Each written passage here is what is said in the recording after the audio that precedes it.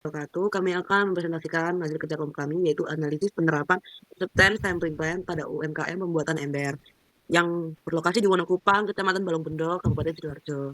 Sebelumnya kami akan memperkenalkan diri terlebih dahulu. Perkenalkan, nama saya Rita Siotang dengan NIM 14123000134. Saya Naswa Safina dengan NIM 119. Saya Ananta Salsabila dengan NIM 084. Saya Adelia Tamara Putri, NIM 1412399. Geser. Pertama, saya akan jelaskan profil UMKM. Itu UMKM yang kita pilih merupakan tulang punggung perekonomian nasional. Salah satu penting dalam sektor ini adalah ember yang digunakan sebagai alat bantu rumah tangga. Berikut adalah detail profil UMKM-nya, yaitu nama usahanya adalah UD Astika Jaya, pemiliknya Bapak Heri, dengan alamat Wonokupang, Kecamatan Balongbendo, Kabupaten Sidoarjo, dan hasil produknya adalah ember. Next. Berikut adalah gambar produk yang kita analisa. UMKM ini bertujuan untuk memenuhi kebutuhan masyarakat akan produk ember berkualitas tinggi, yang terjangkau dan ramah lingkungan. Berikut adalah OPC yang bisa kita lihat. Mohon maaf jika tidak terlihat karena lebih jelas kalau misalnya dilihat di PPT-nya langsung nanti. Next. Kapasitas produksi UMKM. Kapasitas UMKM ember yang berlokasi di Wonokupang memiliki kapasitas produk yang bersifat harian. Produk utama yang dihasilkan berupa ember berbahan dasar polipropylene atau polipropilena. Berdasarkan hasil observasi, diketahui bahwa kapasitas produksi berkisar antara 200 unit per hari, tergantung pada jumlah pesanan dan ketersediaan tenaga kerja. Selanjutnya, data variabel. Dalam sampel variabel ini, kami mengambil sampel ember dari beratnya, sejumlah 35 unit ember. Minimum berat ember 199 gram. Jumlah sampelnya 35 dan N besarnya 200 unit per hari. Untuk selanjutnya menentukan titik EQL sama dengan 2,5%. Karena ember hanya berfungsi sebagai alat bantu rumah tangga, cacat kecil pada ember seperti pecah dan patah masih bisa diperbaiki. Maka tingkat toleransi cacat sedang. EQL sama dengan 2,5% sudah cukup aman dan tidak membahayakan struktur dan masih bisa ditoleransi. Menentukan ukuran sampel N dan tingkat acceptability. K. Tingkat infeksi sama dengan gradasi 2, letter G sama dengan 1,57. Karena ember bukan produk membahayakan nyawa, hanya produk untuk alat rumah tangga yang tidak butuh infeksi sangat ketat level 2, namun level 1 terlalu longgar, karena perusahaan harus tetap menjaga kualitas dan juga nama baik. Selanjutnya yaitu menghitung deviasi normal. Balendel. Ya. 43. Berikut adalah hasil dari deviasi normal.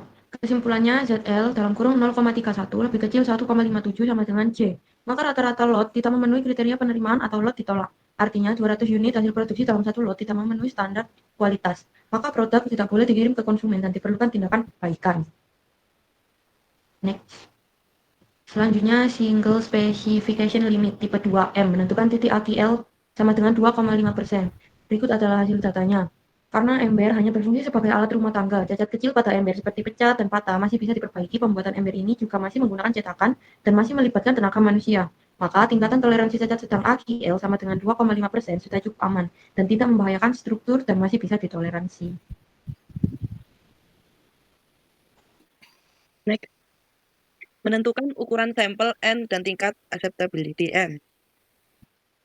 Berikut adalah tabel yang bisa kita tunjukkan. Tingkat inspeksi sama dengan generasi 2 atau G2 dengan letter C 5,57 karena ember bukan produk membahayakan nyawa. Hanya produk alat rumah tangga yang tidak butuh inspeksi sangat ketat level 2. Namun level 1 terlalu longgar karena perusahaan harus tetap menjaga kualitas dan juga nama baik. Next. Menghitung indeks kualitas atau QL. Berikut ada perhitungan yang bisa kami tunjukkan beserta tabelnya juga. Menentukan proporsi item cacat. Yang dihasilkan adalah PL sama dengan 0,5120 sama dengan 51,20%. Karena PL 51,20% lebih besar dari 5,57 M, maka kualitas lot tidak memenuhi kriteria atau permintaan. Artinya 200 unit hasil produksi tidak memenuhi standar. Next. Data atribut. Dalam sampel atribut cacat ini kami mengambil dari cacat produk seperti pecah dan patah. Minimum ember 199, jumlah sampel 35 dengan N 200 per hari dengan AKL 2,5%. Karena ember hanya berfungsi sebagai alat bantu rumah tangga, cacat kecil pada ember seperti pecah bisa diperbaiki dengan ditempel ulang. Jika masih menggunakan cetakan dan masih melibatkan tenaga manusia, maka tingkat toleransi cacat sedang AQL sama dengan 2,5%, sudah cukup aman dan tidak membahayakan struktur dan masih bisa ditoleransi. Ika. Jumlah sampel cacat sama dengan 7, jumlah sampel tidak cacat itu sama dengan 28. Presentasi cacat, jumlah cacat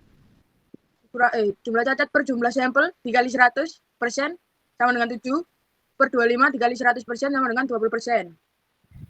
Jadi 20% lebih besar dari 2,5%, sama dengan AQL, sama dengan lebih besar lot ditolak.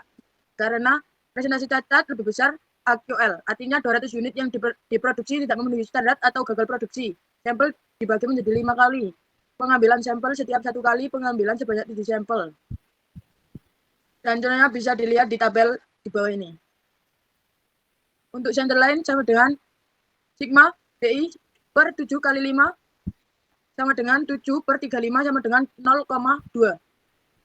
Next, Ika. Untuk atribut bisa dilihat diagram di bawah ini.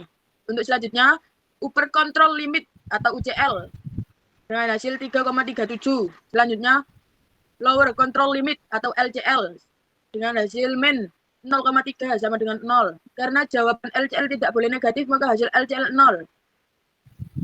Bisa dilihat. Ini adalah dokumentasi ketika kita melakukan observasi. Next. Next. Terima kasih. Sekian dari kelompok kami, kurang lebihnya mohon maaf. Wassalamualaikum warahmatullahi wabarakatuh.